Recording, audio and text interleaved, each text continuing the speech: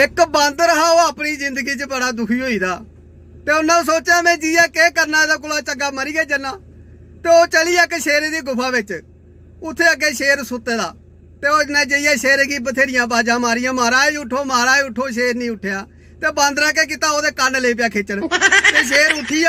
उठी उन्हें दाड़ मारी उन्हें आख्या कौन है भाई कौन है जिन्हें अपनी मोती की आला मारिया ते बांदर आखा महाराज मी आ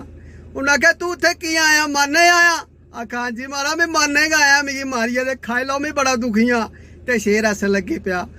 आख लगा खाई तो लै तू किवें पहले मिगी एक गल सुना कि जेल्लै तू मेरे कन्न पुट्टा तुगी कुसै दिक्खेआ ते नहीं ते बांदर आखदा महाराज कुसै नहीं दिक्खेआ असें दमा है ते शेर आख लगा इयां कर भी 2-3 बारी मुड़ियै पुट्ट मी बड़ा मजा आया बड़ा संतोष होया ते आखने का मतलब यह है कहानी का सार है कि अपनी लाइफ में कदे भी दुखी नहीं होना परेशान नहीं होना हमेशा अपने यारे दोस्तें मित्रें का जिसलै भी टाइम मिला कन्न खिचते रवो टंग खिचते रवो ये कन्नै केह् होना तुंदी जिन्नी भी लाइफ च जेह्ड़ियां तुंदी प्रॉब्लम उंदा तुसें पता नहीं लगना वो तुंदा टाइम असी खिद्दियै टाइम पास हो जाना है ना जिंदगी कदे भी सुस्त नहीं पौना मस्त रौहना।